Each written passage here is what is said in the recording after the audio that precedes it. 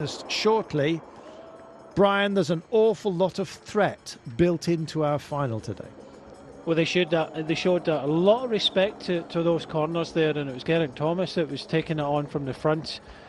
Next time round, there'll be risk takers, riders that will be pushing their limit a little bit. So nice and easy, everybody getting through those corners this time, but you can imagine what it's going to be like fighting for the stage win. Okay, strap yourselves in, because this is going to get a bit hairy.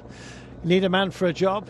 Well, we've mentioned, of course, Geraint Thomas, and this kind of terrain. The fact that he's taken this on in the past in races such as the Dauphiné and skittled away for glory. He's got a problem though, and that's Milan on his case. Time to dig in. That looks to me like Axel Laurence of B&B Hotels in the white jersey. A little bit of a shilly-shally through the little play park area here.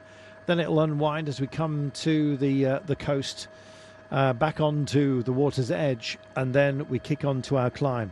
Brian, describe this climb.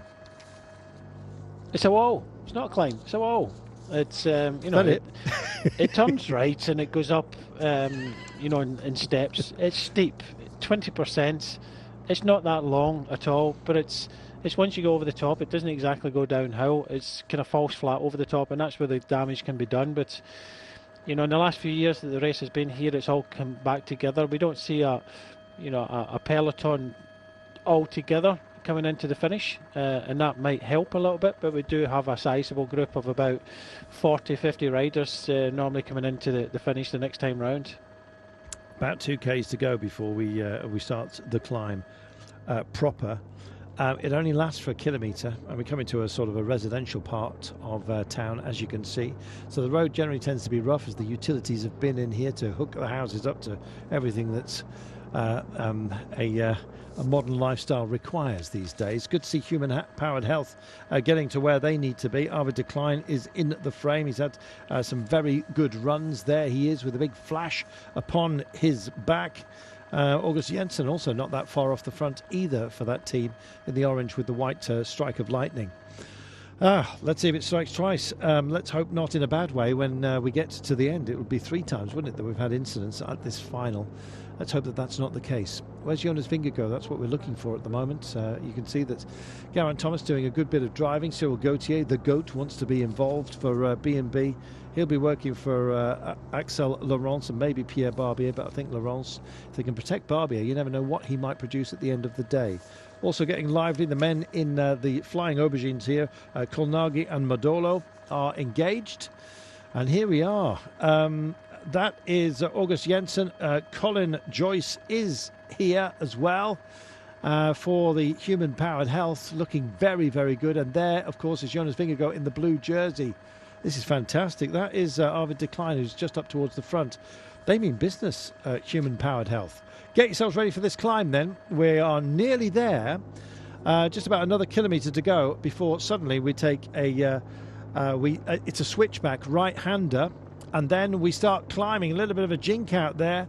A lot of fighting for a little bit of road space, and there is our race leader just sitting in about wheel 3 at the moment with a teammate for him, and I think that must be Matej Mohoric himself, who would also fancy a dig at the day if indeed he survives and Milan doesn't. Here's your switchback. Should we start the road to hell? It's now. Coming into it, almost coming to a standstill straight away. That tells you everything you need to know. This is absolute torture. So time to dig in then, Brian, and it's great to see that Team DSM are not frightened to take on the day, and likewise Bardiani want to make a statement, and it's now. By the looks of things, Mohoric is trying to look after Milan. He did this yesterday, and it looks as if that kind of opportunist move that he normally does take. I think he's switched tactic a little bit. I think the team maybe not surprised at Milan's form at the moment, but he has really upped his game a little bit, especially in this race. He's leading the race. He increased it earlier on by taking 3-second bonus. So Milan, I think, is definitely could take even more seconds come the finishing line, and Mohoric has decided that he's the man that they're going to look after. Max Poole doing a great job here for Chris Hamilton, the Aussie who's in second wheel. As you can see, it's Luca Colnaghi for Bardiani who's in the frame, but Vingegaard absolutely ready to press go, I think, at the top. Here comes Onley in the green jersey. He's got teammates at the front. They could be working for him, mopping up mountains points, which will keep him in the frame a little bit later on as well. Vingegaard looks happy, mind you, so indeed does Albanese, who wants to get involved today. They've also got Mirko Maestri as a super lead-out domestic, and they're on opposite sides of the road for the time being. Ilo Cometa. You've got to commit as well. 6.6 kilometres from home. The next real stinker of a ramp is coming up, and it looks like Milan's struggling a bit here. Yeah, we saw that yesterday, but he keeps on bouncing back. I don't think he'll be dropped in this climb. We're not too long until we're over the top. We haven't seen any attacks as yet, but we still have a sizable group here led by DSM. So, you know, that's the top pretty much now as we turn this right-hander, and it just kind of rises up ever so slightly. But, you know, one of the riders from the team of Vorarlberg now on the attack here, but DSM shutting this one down. Yes, they are. But look at Colnaghi. He wants a bit of this in the green and plum colours of Bardiani. Still working very, very hard. Is Arvid Decline here. Over the top they come, and Onley is in the frame. Don't think he got any points out of that, I'm afraid, for him. But nonetheless, that was brave stuff. They're kind of looking behind as if to say, where were you, mate? And all they do is, whenever you look behind you, you usually see Jonas Vingegaard, and here he is, just clawing his way through. There is Onley as well in the green jersey, and they're starting to mix it. Butrago rocks through, and guess who's here? Jonathan Milan. Well, if you thought you were going to shake him off that easily, think again. Victor Koretsky, the man who fell earlier on today, number 76, is absolutely there with the blue jersey of just tucked in next to him of Jonas Vingegaard, who wears that on behalf of Milan today. We're going to get a sprint, Brian. How cagey it's going to be at the end, we wait to see.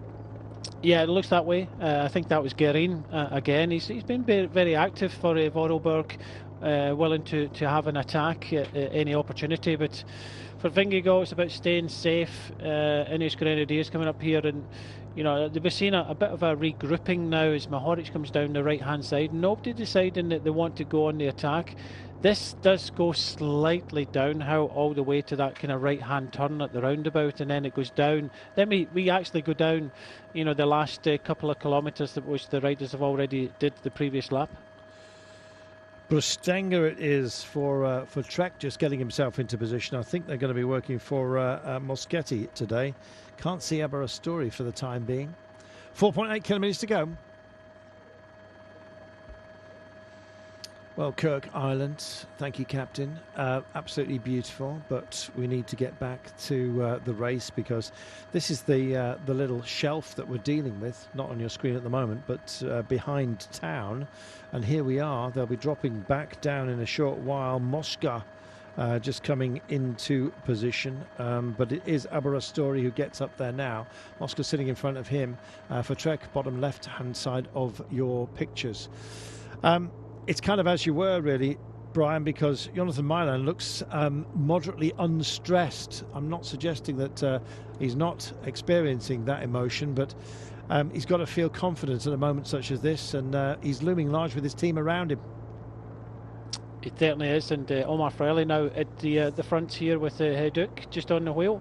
Cannot see if Viviani's made it as yet.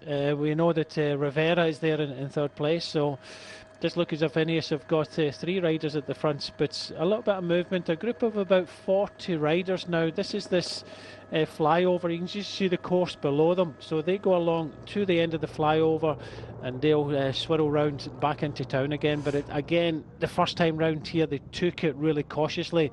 This next time, I can't see that happening. Vingegaard is powering into this, and it's not just to get to the 3K marker. He means business. This is fantastic, and here he is. Now, he's pretty handy descender, as you well know. Is it for Vingegaard today? That's what I'm wondering, and whether it's Timo Rusin or even Cohen Baumann might have a dig.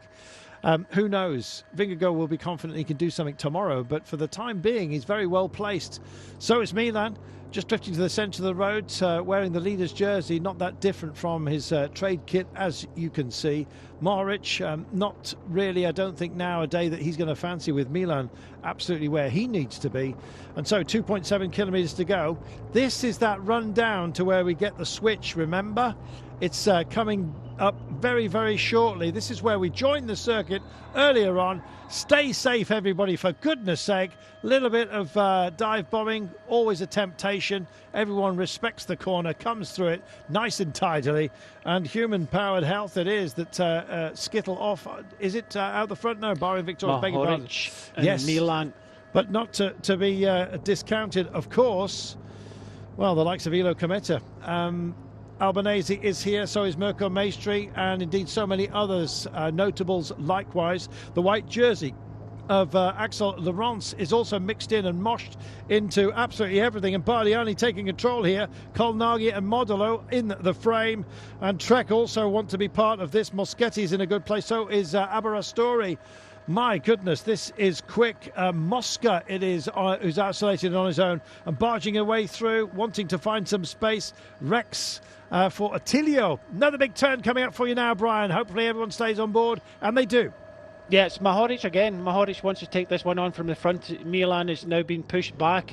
He's moving up a little bit. He knows how important it is to get on his teammate's wheel, but Modulo also in the purple fighting to get a good position. A few riders been pushed back now, and you know, the dangers are not that far away now. 1.4 kilometres to go, and we've got this very sharp left-hander coming up soon. But it's the next series of corners just before the finish. That's where the big dangers lie. Big, lazy lead into this, but it's going to get very focused in just a few moments' time. Still, Mohoric goes there, and Milan just in third wheel just for the time being. Big corner coming up for you right now. This is one of our big turns. Not the most focus we've got, but look how much respect they're giving the curve. Almost a slow motion, a slow bicycle race for that moment at least. And now we scream down. The road will waver gently, but at the 500-metre marker, we have the first of a sequence of really nasty right-angle turns. And we're going to take this on. Brustanga still isolated all on his own. On his wheel is Sasha Modulo.